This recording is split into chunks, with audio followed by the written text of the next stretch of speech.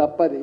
నేను అంటున్నా, ఇప్పుడు అధికారంలో ఉన్నోడు దౌర్జన్యం చేస్తాడు, ఎవరు కాపాడాలి వాళ్ళకి అండగా? ప్రతిపక్షంలో ఉన్నోడే పోవాల్సింది. అయితే టీఆర్ఎస్లో పోవాలి, లేకపోతే భారతీయ జనతా పార్టీలో పోవాలి. టక్కన అందుబాటులో ఉంది కాబట్టి ఆయన పోయినట్టున్నది. నిన్న అందుబాటులోకి వచ్చింది కాబట్టి ఎంపీ గారు పోయినరు. మీరు ఎందుకు ఆపింది చెప్పండి?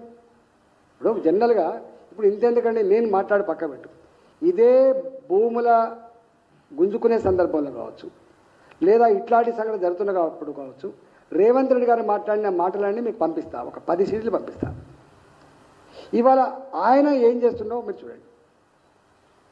తన్ని తరమండి అని చెప్పిండు ఆయన. ఇంకా భాష నా నోట్లోకి వస్తలేదు, మంచి భాష కాదు అది. ఇవాళ అవునండి, నరేందర్ రెడ్డి గారు ఇప్పుడు నేను పోతా, మేము అండగా ఉంటాం, ఎవడతో చూస్తాం అనమా? చెప్పండి, అనమా అండి? ధైర్యం చెప్పమా? అండగా ఉంటామని చెప్పమా అండి? నాయకులు చేసే పని ఏందండి? నాయకులు ఎందుకండి? ప్రజలకు ఏమైనా ఆపద వచ్చినప్పుడు, అధికారమే నేరమై దౌర్జన్యం చేసినప్పుడు ప్రశ్నించడానికి ఎవరు ఉంటారండి? ఎవరు ఉండాలి కదా. తప్ప గట్లయితే 100 సార్లు అరెస్ట్ చేయాలి రేవంత్ రెడ్డి గారిని. ఆయన అధికారం లేనినాడు ఆయన మాటలకు 100 సార్లు అరెస్ట్ కావాలి. మరి అయిందా? చేస్తారా? మేము ఇవి మానకపోతే ఇట్లనే వాళ్ళు వైఖరి ఉంటే మేము కూడా ప్రతిదాడులు చేస్తామని ఒక మాట చెప్పన్నా, ఈ అన్నికి చీప్ మాటలు ఇవి నడుతాయండి. ప్రతిదాడు ఎవడు చేస్తారో రేపు తెలుస్తుంది.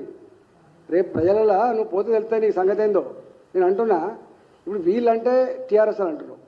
డీకే అరుణ కానీ సెప్టెంబర్ 1st వీక్లో తీసుకుపోయిందండి. డీకే అరుణ గారిని సెప్టెంబర్ 1st వీక్లో తీసుకుపోయి, ఎంపీ గారు మీకు కాళ్ళు మొక్కుతాం, దండం పెడతాం, మా భూములు పోకుండా కాపాడమని చెప్పి అప్పుడు చెప్పిండ్రు.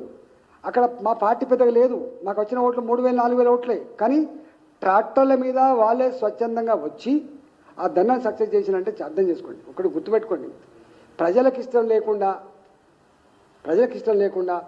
బలవంతంగా ఉద్యమాలు నడుతాయా? బలవంతంగా వచ్చి స్టేట్మెంట్ ఇస్తారా? చెప్పండి.